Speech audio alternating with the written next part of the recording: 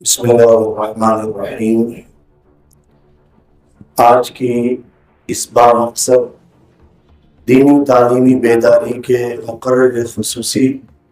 حضرت مولانا مفتی ظہیر احمد ملی رحمانی صاحب مدث اللہ العالی، مہمان خصوصی شہر عزیز مالیگاؤں کے نامور مشہور و معروف خانوادے سے متعلق حضرت مولانا رضوان احمد فلاحی صاحب، اسٹیج پر رونق افروز تمام ہی مقتدر معزز گرامی قدر شخصیات، حاضرین مجلس اور اس مدرسے میں زیر تعلیم تمام طلباء کے سرپرست حضرات، السلام علیکم ورحمۃ اللہ وبرکاتہ۔ ایسے ہی موقع کے لیے کسی شاعر نے بہت ہی دلچسپ بات کہی ہے۔ شاعر کہتا ہے، حیرت ہے کہ تعلیم و ترقی میں ہے پیچھے، حیرت ہے کہ تعلیم و ترقی میں ہے پیچھے، وہ قوم جس کا آغاز ہی اقرا سے ہوا ہے۔ حضرت مولانا مفکر اسلام ابو الحسن علی میاں ندوی رحمت اللہ علیہ فرماتے ہیں کہ اس گئے گزرے ماحول اور زمانے میں دینی تعلیم اتنی اہم اور ضروری ہے۔ اس کی مثال دیتے ہوئے ارشاد فرمایا کہ اگر آپ کا بچہ شدید بیمار ہے، اس کا علاج بعد میں کرو، دینی تعلیم کی فکر پہلے کرو۔ یہ اہمیت بتا رہے ہیں۔ اگر آپ کے گھر کوئی پرابلم ہے، پریشانی ہے، آپ اس پرابلم کو ختم کرنے کی فکر بعد میں کرو، پہلے اپنے بچوں کی دینداری اور دینی تعلیم کی فکر کرو۔ آپ کے بچے اگر بڑے ہو گئے ہیں، ان کو جاب، کام، کاروبار،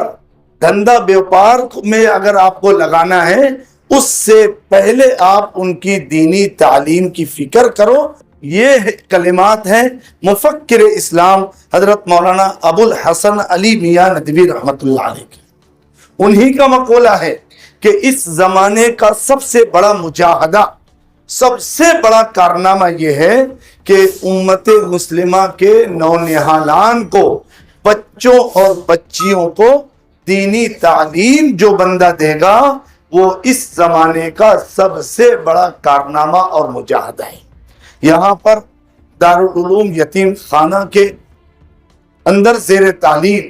تمام طلباء کے سرپرست حضرات بیٹھے، اہلیان محلہ باغ محمود بیٹھے ہیں، اور بھی بہت ساری اس اطراف و اکناف میں مساجد کے ائمہ کرام تشریف فرما ہے، شہر عزیز مالیگاؤں کی گراں قدر شخصیات تشریف فرما ہے۔ ان سب کے درمیان میں آپ حضرات سے اور شہریان مالیگاؤں سے بڑے ادب و احترام کے ساتھ ملتمس ہوں کہ ہم اپنے بچوں کے دین، ایمان، اعمال کی فکر کریں، اس لیے کہ حدیث پاک میں آتا ہے، کل مولود یولد علی الفطرہ فاباہ یہودانہ او ینصرانہ او یمجسانہ۔ ہر پیدا ہونے والا بچہ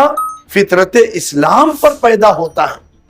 اس کے ماں باپ اس کو یہودی بنا دیتے ہیں، نصرانی بنا دیتے ہیں یا مجوسی بنا دیتے ہیں۔ آج کے اس پرفتن ہوش ربا گئے گزرے ماحول اور زمانے میں ہمارے دین، ایمان اور اعمال کا کیا حال ہے، یہ بہت زیادہ کھول کر بتانے کی ضرورت نہیں۔ اب آج کے ہمارے مہمان مکرم مقرر خصوصی مفتی ظہیر احمد ملی رحمانی صاحب نے چند واقعات شہر عزیز مالیگاؤں کے بتائے ہیں۔ اس پر سے ہماری آنکھیں کھل جانی چاہیے کہ سالہ سال گزر گئے، میں نے اپنی بیوی کے 5 کلمے نہیں سنے، برسہ برس گزر گئے، میں نے اپنے والدین کی دعائیں قنوت نہیں سنی ہے، زندگیاں بیت رہی ہیں، میں نے اپنے بچوں سے یہ نہیں پوچھا ہے کہ ایمان کس کو کہتے ہیں، جنت کہاں ہے، جہنم کہاں ہے، نماز کے فرائض کتنے ہیں، نماز کے واجبات کتنے ہیں، سجدہ سہو کیوں لاحق ہوتا ہے، یہ موٹی موٹی باتیں جو بنیادی باتیں ہیں، یہ میں نے اپنی ذمہ داری سمجھ کے اپنی بیوی، اپنے بچوں، اپنے والدین، اپنے بھائی بہنوں سے نہیں پوچھا پایا اور سنایا، تو آخر میں نے کیا فرض منصبی کو ادا کیا ہے، اپنی ذمہ داریوں کو میں نے کتنا ادا کیا ہے۔ ابھی تو گھر کے اندر کا یہ حال ہے کہ میں میری بیوی کے ساتھ 50 سالوں سے رہ رہا ہوں، آج تک میں نے اس کی سورہ فاتحہ سنی نہیں ہے،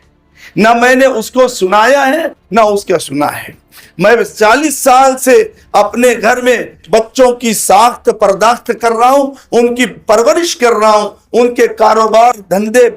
بزنس بیوپار کی فکر کر رہا ہوں، لیکن میرا بچہ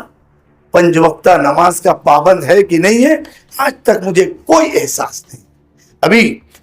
کسی جگہ میں پڑھ رہا تھا، پڑوس ملک کا واقعہ ہے، ایک نامور خانوادے کی لڑکی، فلسطین کا معاملہ ہے اور پاکستان کا معاملہ ہے، غزہ کی بچی تھی جو پریشان حال ہو کے کیمپ کے اندر چلی گئی، اس بچی کے لیے پاکستان کا رشتہ آیا، بچی کے والد نے لڑکے سے پوچھا اور رشتہ ناتا لگانے والوں سے پوچھا کہ لڑکے کے اندر کیا ہے، ان کے خاندان میں کیا ہے، جو بنیادی باتیں پوچھی جاتی ہے۔ تو بیچ میں جو رابطے والے تھے انہوں نے بتلایا اتنا فلیٹ ہے، اتنا بنگلہ ہے، اتنی گاڑی ہے اور یہ جگہ ہے۔ لڑکی کے باپ نے، والد نے کہا مجھے یہ سب مت بتاؤ، مجھے صرف یہ بتاؤ کہ جو میری لڑکی کا شوہر ہونے والا ہے، میرا داماد، وہ فجر کی نماز پڑھتا ہے کہ نہیں پڑھتا ہے۔ یہ تازہ ترین واقعہ ہے۔ وہ جواب نہیں ملا کیونکہ اس کا جواب تو اس کے پاس بھی نہیں تھا۔ تو اس لڑکی کے والد نے یہ کہا کہ جو بندہ اپنے خالق کا وفادار نہیں ہے وہ میری بچی کا وفادار کیا ہو سکتا ہے۔ میرے پیارو، حقیقت ہے کہ آج تک ہم اپنے خالق اور مالک کے وفادار بن کر نہیں رہے، نہ ہمارے اندر اطاعت ہے، نہ کما حق کہو عبادت ہے، نہ روز مرہ کی تلاوت ہے، پھر بھی مطمئن ہے کہ ہم سچے پکے مسلمان ہیں اور جنت میں جانا ہمارا یقینی ہے۔ اللہ کرے ہماری دعا ہے کہ جنت ہم سب کو نصیب ہو، لیکن اس سے پہلے ہم سچے پکے مسلمان تو بن جائیں، ہم پیارے آقا صلی اللہ علیہ وسلم کی سنتوں سے عشق کرنے والے تو بن جائیں، ہم اپنی ذمہ داریوں کا حق ادا کر کے امت کے اندر جو جہالت ہے، بے دینی ہے، غفلت کا ماحول ہے، اس کو ختم کرنے کی فکر تو کریں۔ دارالعلوم یتیم خانہ، اس کے اندر الحمدللہ بہت سارے بچے زیر تعلیم ہیں۔ آپ اہلیان محلہ، باغ محمود، قلعہ، غالب نگر، ان تمام باشندگان کی یہ ذمہ داری ہے کہ یہ مدرسہ، یہ دارالعلوم یتیم خانہ جمعیت علماء سلیمانی چوک مالیگاؤں نے تعمیر کر کے دے دیا۔ اب اس کے بال و پر کو سنوارنا، اس کو تعلیم اور ترقی کے اعتبار سے کتنا آگے بڑھانا ہے، یہ اہلیان محلہ باغ محمود اور یہ جو نام لیا ان کی ذمہ داری ہے۔ مجھے اللہ کی ذات سے امید ہے کہ باغ محمود کے باشندگان، غالب نگر، قلعہ موتی پورہ اور شہر عزیز مالیگاؤں کے تمام ہی باشندگان انشاءاللہ اس مدرسے کو پروان چڑھانے کی ظاہری، تعمیری اور تعلیمی اعتبار سے ترقی کی پوری فکر کریں گے۔ اللہ رب العزت آج کے ہمارے اس دینی تعلیمی بیداری مہم کے اندر ہونے والے اس پروگرام کو قبول فرمائے۔ جمعیت علماء سلیمانی چوک کے فعال متحرک جنرل سیکریٹری حافظ و قاری اخلاق احمد جمالی صاحب کی انتھک محنت اور کوششیں ثمر آور ہوئی ہیں۔ یہ پوری محنتیں حضرت والا کی ہیں۔ اللہ رب العزت ان کی قد و کاوش کو، ان کی تگ و دو کو، ان کی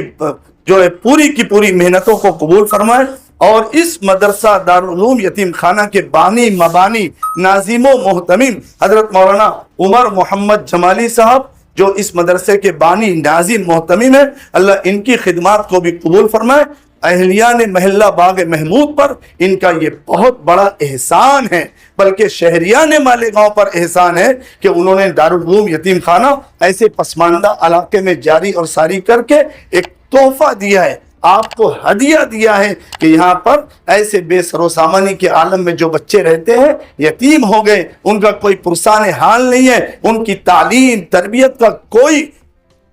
بندوبست نہیں ہے، ایسے تمام بچوں کے لیے انہوں نے دارالعلوم یتیم خانہ کھولا ہے۔ شہریان مالیگاؤں سے میں گزارش کرتا ہوں کہ ایسے بچے جن کا کوئی پرسان حال نہیں ہے، عید کے بعد آپ اس مدرسے میں ان بچوں کو لائیں، داخلہ کرائیں، تاکہ یہاں پہ زیادہ سے زیادہ ایسے پسماندہ بچے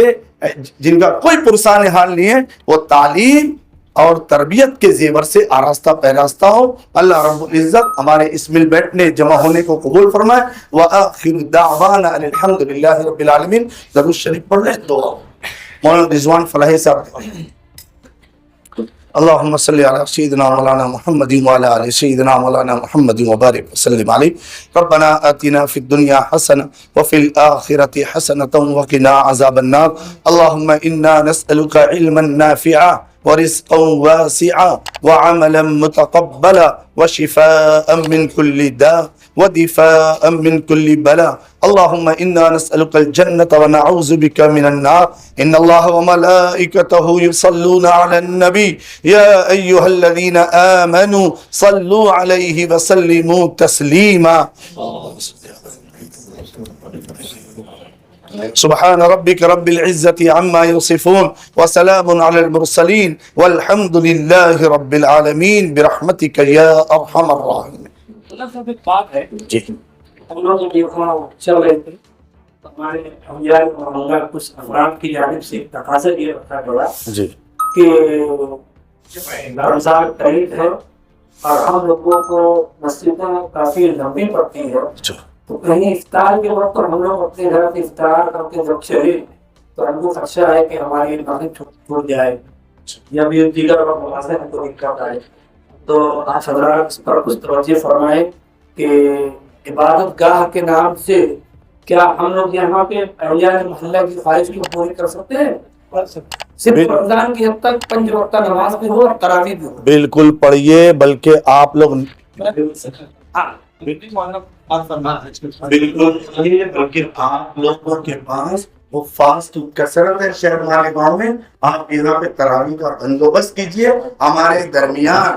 شہر عزیز مالیگاؤں کی ایک قد آور شخصیت مہد ملت مدرسے کے اندر جو فتویٰ نویسی کرتے ہیں وہ ہمارے درمیان تشریف فرمائے، وہ فتوے کی روشنی میں قرآن حدیث کے روشنی میں انشاءاللہ آپ لوگوں کو جواب دیں گے۔